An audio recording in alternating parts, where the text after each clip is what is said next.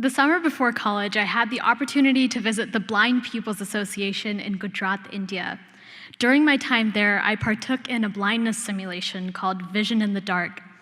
In the simulation, I was led by the hand and voice of a man who was experiencing blindness into a dark maze. After I entered the maze, although it had only been a few minutes, I was scared out of my mind. For the first time, I tried opening my eyes in this completely dark space, and I simply couldn't see. The man who was guiding me stopped me, held my hand, and asked, "What does it feel like to be blind?" In the simplest of terms, a momentary loss of vision put my entire world into perspective. Visiting the Blind Pupils Association opened my eyes to the type of exclusion that persons with disabilities face every day. Growing up in the United States, I shared an understanding that persons with disabilities should and have always been well integrated into our community. I was both in shock and awe when I realized that the reality in India was vastly different than one that I had known. When I entered the plot of land, I saw a primary and secondary school on the right when I entered through tall ironclad gates, and a workplace on the left where adults with disabilities worked as everything from yoga instructors to physical therapists. While the land was physically very isolated, the persons with disabilities at the BPA thrived off of this unfathomable energy of solidarity.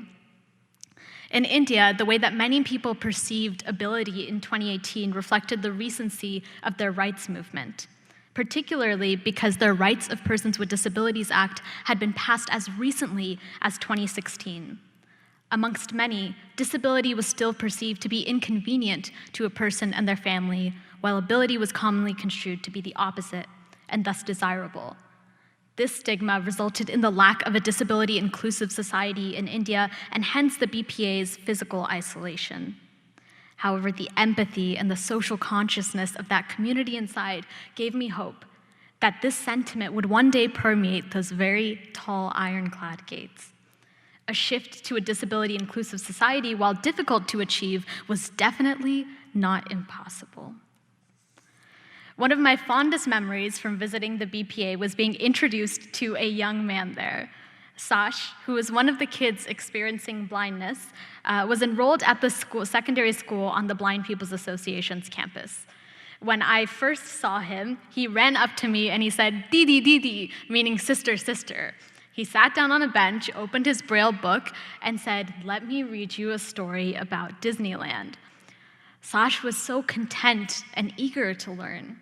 He didn't think of his lack of vision as a barrier, rather it was his superpower.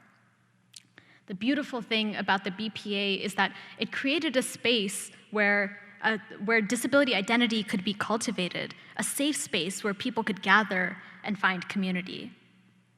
And it was at that moment that I realized that I had always been looking, but for the first time I saw. And I started to see with empathy and compassion and care. And I realized that when I saw kids like Sash holding each other's hands, singing religious hymns, their normalcy with what we distinguish as a disability was refreshing. And it was a perspective I became determined to introduce to everyone I met. Disability rights should be everyone's concern. Just a few weeks later, I started college as a freshman at USC. I was eager to capitalize on the positive momentum of the new perspective that I had just gained. I began to internalize the mantra that being disabled should not mean being disqualified from having access to any part of life. So now when I was walking to and from class, I began to pick up on these inaccessible and inequitable spaces in my immediate environment. For example, take the most popular coffee shop on campus, Dulce, which has a ramp, but it's hidden to the side of the building leading to an unautomated door. Or our social sciences building, a popular classroom and meeting space on campus, which has no signage for wheelchair access and only 2 stairs leading down to the main entrance of the building. This really got me thinking, as a student, how can I create a demand for inclusion? Right as I was getting acquainted with campus, the Blind Pupils Association in India connected me with Mr. Manrushi Desai, founder of Voice of Specially Abled People, a global advocacy organization for disability rights based in Los Angeles, California. One of Thevosap's flagship initiatives at the time was a public utility mobile app that allowed users to crowdsource data on the accessibility of buildings.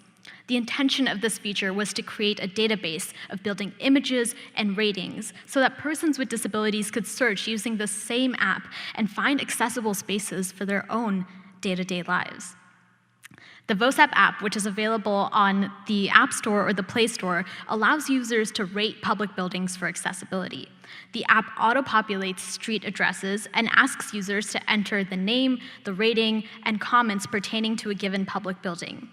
Users can upload up to 3 images of the buildings for reference of that building's accessibility and signage. Comments entered by users for the building can actually help persons with disabilities find accessible spaces that they may want to visit, signage for wheelchair access, and even tactile for persons with visual impairment. Crowdsourcing data on accessibility of public buildings is crucial to creating that database for persons with disabilities. This becomes even more important when we consider the collegiate environment, especially given that there is very little data on the accessibility of college campuses around the United States. However, with the Thevosap mobile app, we can all contribute to building an accessible infrastructure for students with disabilities in higher education. For example, if a student with a disability wanted to find an accessible library to study on at USC's campus, they would search through the Thevosap mobile app and find a library that is accessible to them in their near space. All of this data would be preemptively inputted by student allies like us or students with disabilities who have helped map USC's campus for accessibility.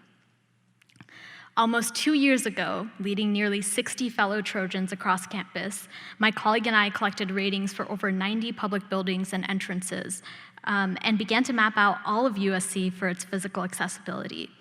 It was at this point that I really started to see the potential to create a more inclusive campus culture with the use of technology.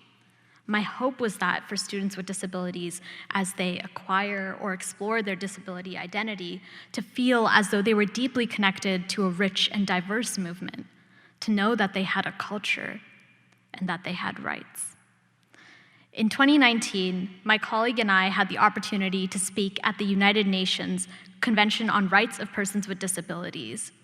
Here, driven by the desire to make those same rights everyone's concern, we stressed that working in a coalition, whether that be through growing an accessibility database with the Thevosap mobile app or creating solidarity in the cultural conversation, would be instrumental in advancing the disability rights equation. I returned to USC with the fervor to continue my work in disability activism. I began to recognize that while more visible social identities like race, ethnicity, and gender were often prioritized and foregrounded in higher education, disability, mixed and non-visible identities were still not foregrounded. However, I saw potential in our ability to both emulate and replicate that collegiate space that we had once created while mapping out all of USC for its physical accessibility, but this time around the whole nation. This culminated in the creation of the Thevosap Collegiate Network, which brought together allies and students with disabilities from around the country with diverse lived experiences to contribute to that demand for inclusion. The Thevosap Collegiate Network built a space where the demand for inclusion could be cultivated by college students like you and me.